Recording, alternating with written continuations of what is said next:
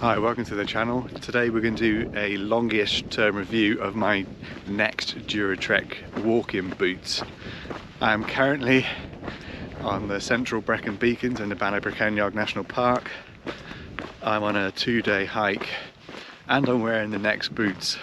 So did over 20 miles yesterday on completely varied terrain, from tarmac to mountains to long canal walks, stony paths, gravel, all of it. And so I'll give you my views after about 100 miles in these so far. I stick by what I originally said in terms of I like the initial comfort.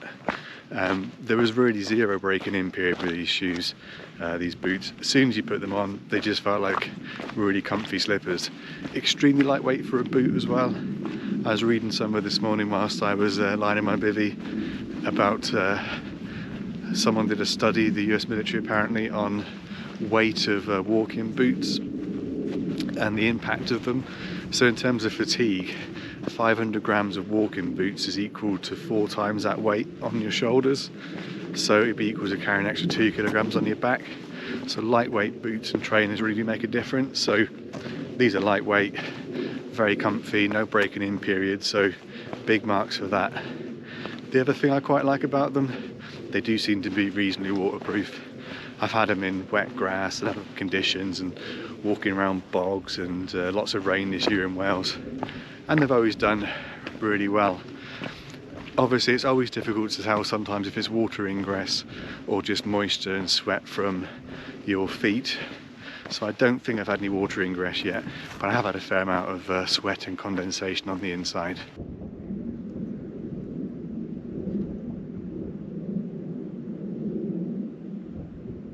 So what I don't like about these boots is one of the things that a little bit unusual about them is the kind of ankle, not really support, the kind of ankle cozy really, and it is an absolute pain in the neck.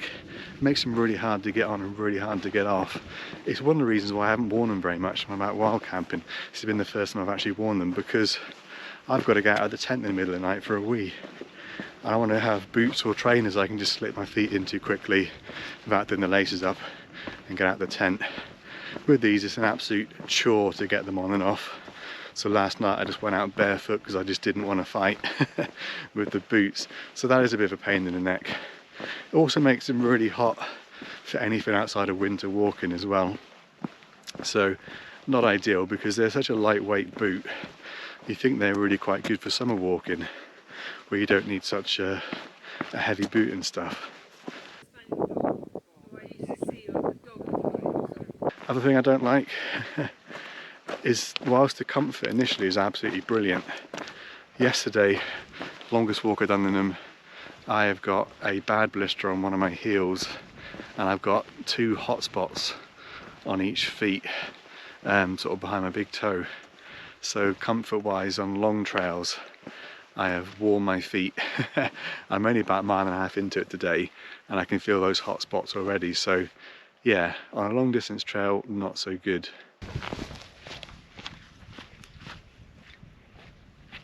The main issue, which I suspected was going to be the main issue, is the tread.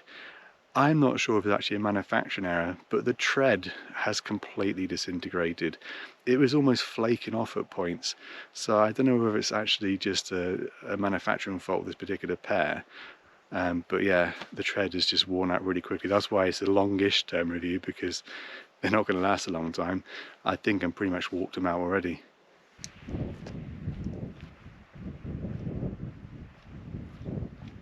I've worn these boots for just over 116 miles of tracked walks, tracked on my Garmin watch.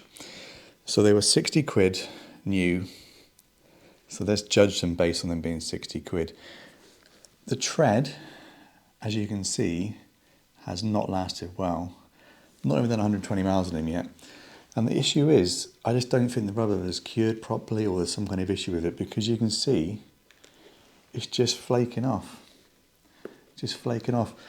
And that happened really, really quickly. 2 or 3 short walks, I could see the rubber was already damaged. Some of them have just completely worn down to nothing. So when I saw that it was wearing quite quickly, I actually gave these boots quite an easy ride. I only used them off-road, didn't do any tarmac walking at all. So they've had a really easy life, and still, less than 120 miles in, the tread is just ruined. So there's still a few knobbles in good condition, but the vast majority of them, the tread is just disintegrated as if it hadn't cured properly. In terms of general condition, the glue doesn't seem to be holding out particularly well. You can see on the back there that that's starting to peel away on the front right boot. That's also starting to peel away a little bit, and there's dirt getting in behind them. The interior is still absolutely fine, but that's because I've not worn them very much, obviously not done many miles in them. So there's a little bit of wear on one of the sides, but no, the insides are absolutely fine, but probably just due to the lack of mileage. And you can see what I mean earlier about these kind of weird warm extensions up your ankle. They do make it a real pain in the neck to get in and out of. So I'm not going to be able to recommend these boots for the reason, obviously, the tread has not worn well, and obviously some of the glue has started to come away as well in a couple of key areas. Given the little uses I've really had out of them, that's pretty disappointing, especially for 60 quid. I mean, we're not talking budget stuff here, really. 60 quid is still a fair outlay on a pair of boots. Obviously, I've got more mileage out of some £22 walking shoes from Mountain Warehouse. So not a great result for the next Duratrek brand in terms of these boots. So you might see them in a few different colours on eBay and stuff. You might even find them in store. Just be warned, I've had a really bad experience with the tread on these.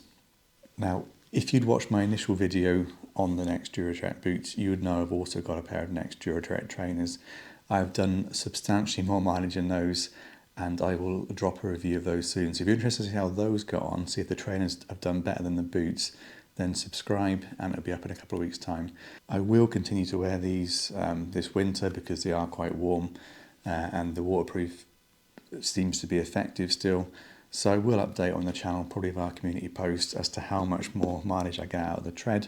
I'll continue to test all the shoes I've got. I've done over 1,000 miles of track walking this year, so I'm sure next year will be roughly the same, and I'm sure I'll get through a few more pairs. Anyway, huge thanks for watching. I'll catch you in the next one.